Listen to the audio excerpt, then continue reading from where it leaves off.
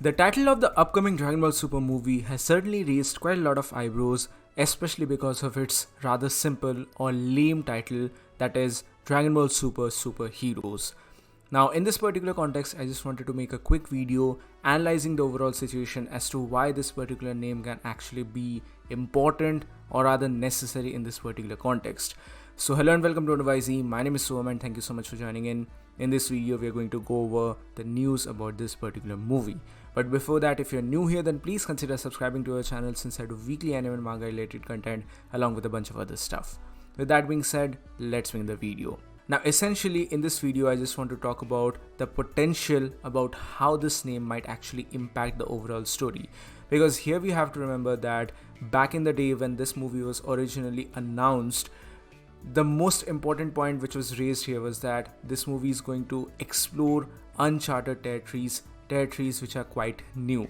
Now obviously we all assumed mostly that this is quite something like a marketing gimmick in order to make this movie sell more, so that people feel like, okay, this is something new, Dragon Ball Super is trying to experiment upon things, and maybe just they are going to have bigger fights with newer characters, or maybe some older movie villains are going to come back, for example Cooler. This was the common general consensus. But this time around, especially after seeing the character designs for a couple of different characters, especially the person on screen, that is Pan herself, I have a very big inclination that this movie might actually be quite different. And don't get me wrong here, I'm not trying to overhype people or just say that, okay, this movie is going to be the best movie of all time. It's not something like that. But rather, I just want to talk about the implications about what exactly might happen here, because here we have to consider the age of Pan, because Pan here looks like a kindergarten student. She's most probably 3 or 4 years old at this particular moment in the story.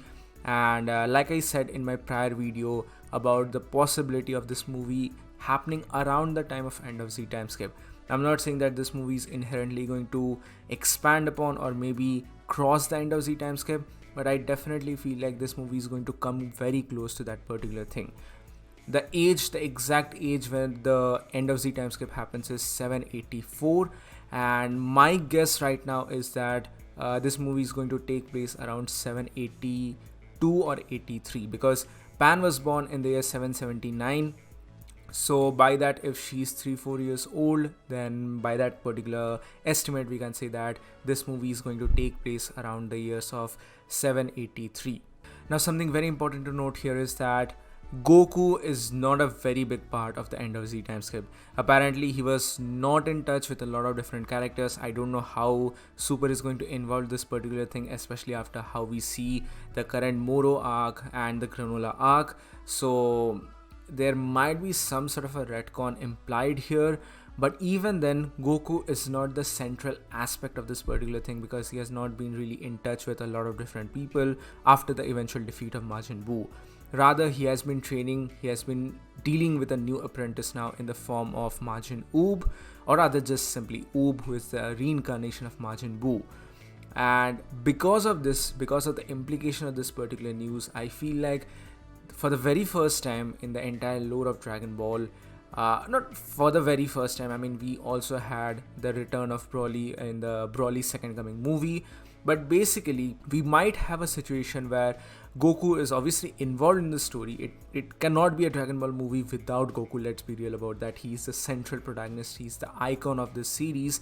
We can't have a movie without Goku, but for the most part this movie might follow the events with Pan as well as her father Gohan. Now this is not just coming from me being a Gohan fanboy, but rather I can actually see the implications of this happening in real time, because the title implies superhero. Goku is not really the most perfect character to fit this particular bill when we are basically talking about a character called superhero. So because of this, I feel like the Great Saiyaman character might be a very good fit for this particular movie. Sure, towards the very end, towards the final fight, whenever it happens, Goku will obviously be involved into the entire mix. But for the most part, this movie might explore some of the other slice of life content which Dragon Ball essentially has in its lore. Dragon Ball is not just about fighting between two characters. Dragon Ball is much more than that, and if we are actually going back to the original lore of Dragon Ball, I'm not talking about Dragon Ball Z, but the original lore of Dragon Ball with the essence of adventure, then that would be really great in my opinion. I know that GT is not the favorite for every people, for every person, for actually good, very good reasons. But even then, GT tried to capture upon the true essence of the original Dragon Ball with its adventure lore. So I am very excited about them experimenting into this particular newer aspect or newer territory. It's not really a new territory, but for modern Dragon Ball, it would be kind of nice to see some of the other laid back contents where Goku is not just the central character who's just punching the next villain. It would be really a very good change of pace to see some of the other characters like Gohan, Videl, Pan, even Mr. Satan or Hercules, Piccolo, Krillin, and all the other characters being involved in the story in maybe not a direct fighting or final confrontation sort of a form. Sure, once again, I'm not saying here that, or I'm not denying here that Goku is not going to be present in this movie. That is just not the case. That is not going to happen. Goku will be a part of this movie, even if it is just maybe for the last 15 minutes for the final battle against everyone, and where he just saves the day.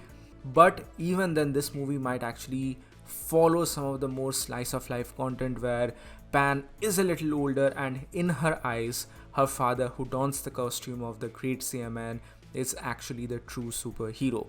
And at the same time, she is the granddaughter of the strongest champion of the world in the form of Mr. Hercules, Mr. Satan or Mr. Hercules, who is actually the champion in the eyes of everyone. So it would be not out of the question for her to be sort of the lovely granddaughter of everyone, and for her grandfathers, both her grandfathers, obviously Goku is there, Goku is going to be involved in the story. Pan originally used to love her grandfather a lot, which is very evident in the both GT versions as well as End of Z versions. And at the same time, she also really enjoys the company of her other side maternal grandfather as well, in the form of Mr. Hercules. And at the same time, she sees the superhero antics of a father who dons the suit of the great Saiyaman, and it essentially follows a cute story of the world from the point of view of Pan in a way. I'm not really saying that this is going to be the entire central plot of the story, but this would be a very necessary change of pace. Dragon Ball Super Broly, even though it was absolutely amazing and it was basically a spectacle, it was not even just a movie, it was a spectacle. But even then, it just focused mostly upon the, what should I say, fighting antics. Sure, it initially had a lot of heart, but it would be nice to see something different in a while, which is not just punching right through the face of the enemy. Sure, Broly had its own merits, but here I'm genuinely interested to look for something different, something which is unique, which has not been really explored much in modern Dragon Ball. And if we actually explore the story from the point of view of Pan, who sees the characters, absolutely overpowered characters in the form of Gohan, putting on his costume as the great Saiyaman, it would be sort of in a point of view of us when we were kids, when we used to watch, say, something like Power Rangers, Super Sentai, Kamen Rider, or any of those tokusatsu shows. So this would be kind of like a small kid watching a tokusatsu show, and it would be really interesting to see something like that. And obviously Piccolo is also going to be involved in the mix. Just imagine how wholesome it would be. I saw a fan art today on Twitter where Pan is delivering a letter to the house of Piccolo, where she has made a crayon drawing of Gohan as well as Piccolo. That would be just so wholesome. So actually the story has a lot of potential to explore some of these hidden gems in a way, and I would be really excited to watch something like that. This story might thread like the second Broly movie, Broly the Second Coming, where Goku is essentially featured towards the very final act of this movie. I would really love to see something like that, and in the midst of all of that, there is obviously Kid Trunks and Goten as well, who should technically not be kids anymore, because they should be around 17 years or at least like 15 years old by that particular time, in the age of 782 or 783. So accordingly, they should be at least teenagers now, and they should have a different character design which is more suitable or appropriate enough. So I would really love to see the dynamic between all of these characters, how Pan interacts with her uncle in the form of Goten, and all of these things are really going to be very interesting, and I'm really looking forward to all of that.